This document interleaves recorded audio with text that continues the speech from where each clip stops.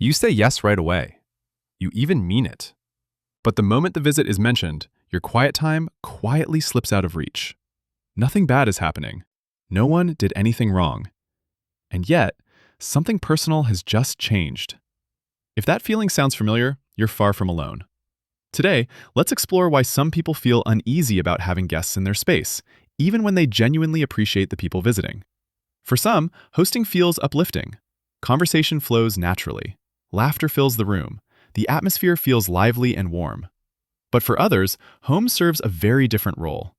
For them, home is protected ground. It's where effort eases, where the pace slows, where the outside world stops making demands. When someone enters that space, even someone welcome, the atmosphere subtly shifts. The quiet changes, the familiar rhythm adjusts, and the sense of personal control becomes less defined. A gentle sense of discomfort can appear, not because of dislike, but because a personal environment has been altered. So why does this feel unsettling for some people? From a psychological point of view, individuals who value solitude often depend on what could be called territorial comfort. Their living space isn't just physical, it's where they mentally recharge.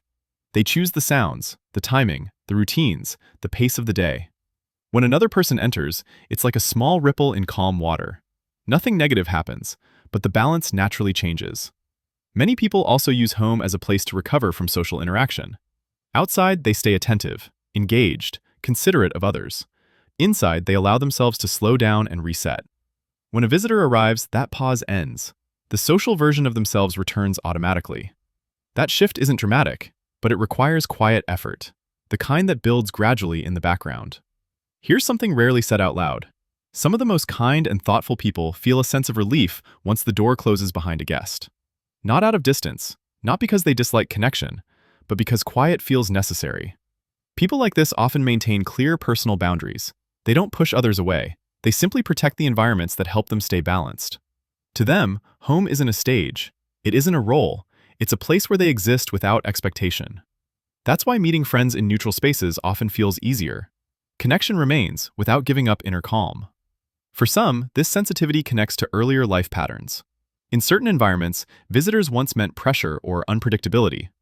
Even later on, those patterns can still influence how situations are perceived. And here's what matters most. There is nothing wrong with protecting your space. You can care deeply about people and still value distance. You can enjoy connection while preserving your sense of calm. Because for some, real comfort looks simple.